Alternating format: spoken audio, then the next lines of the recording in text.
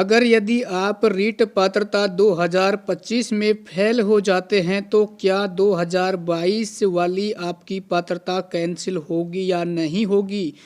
दोस्तों इस वीडियो को आप सभी साथी ज़रूर देखना। और उसके अलावा यदि आपके पास 2021 का रीट सर्टिफिकेट है और 2022 का रीट सर्टिफिकेट है तो इन दोनों में से किसको आजीवन वैध माना गया है। यदि 2021 वाले स्टूडेंट और 2022 जो रीट सर्टिफिकेट जिन साथियों के पास, यदि आप दोबारा रीट पात्रता परीक्षा देते हैं और यदि उसमें आप पास नहीं हो पाते हैं तो क्या साथियों आपको 2025 रीट मेंस की ऑनलाइन प्रक्रिया में फॉर्म भरने का मौका दिया जाएगा या नहीं दिया जाएगा।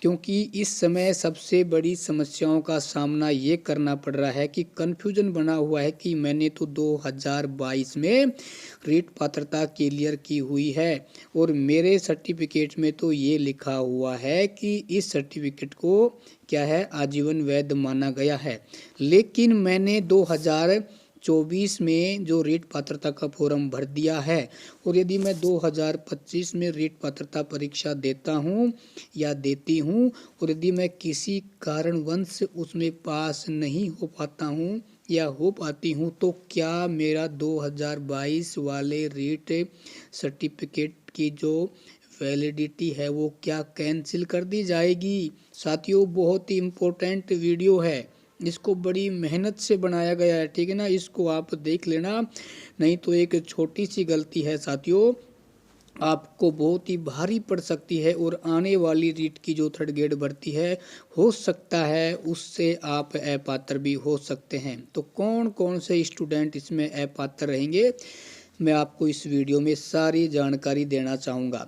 देखो दोस्तों सबसे पहले आपको कुछ नहीं करना है, आपको अपना रीट सर्टिफिकेट उठाना है। चाहे आपने किसी भी साल में रीट सर्टिफिकेट को दिया हो, चाहे आपके पास 2021 वाला हो 2022 वाला हो, उसके पीछे आपको ये लाइन चेक करनी है, ठीक है ना। क्योंकि जिन्होंने 2022 में रीट सर्टिफिकेट जिनके पास है 2022 वाला तो वो सभी क्या हैं पात्र हैं। ध्यान रखना इस चीज़ को, क्योंकि इनकी जो वैधता है आजीवन मानी गई है।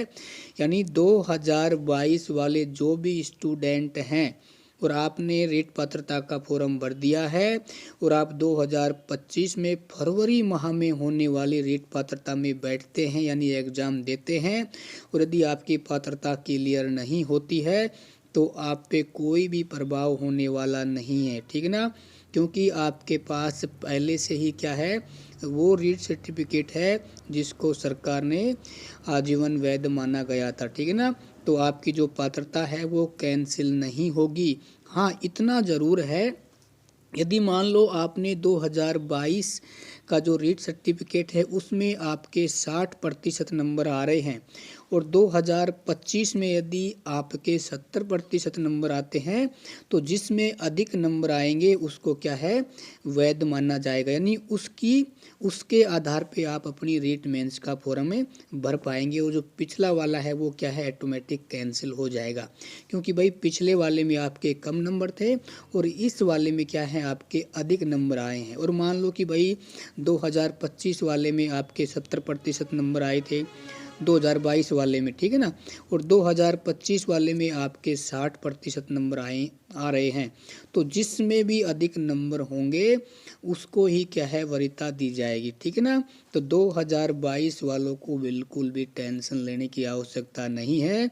आपके मन में जो ये सवाल आ रहे हैं यदि मैं 2025 में एग्ज़ाम देता हूँ या देती हूँ और फेल हो जाते हैं तो क्या हमारी जो पात्रता है वो कैंसिल हो जाएगी या रद्द कर दी जाएगी, ऐसा साथियों नहीं है, ऐसा कहीं पर भी नहीं लिखा हुआ है, ठीक है ना।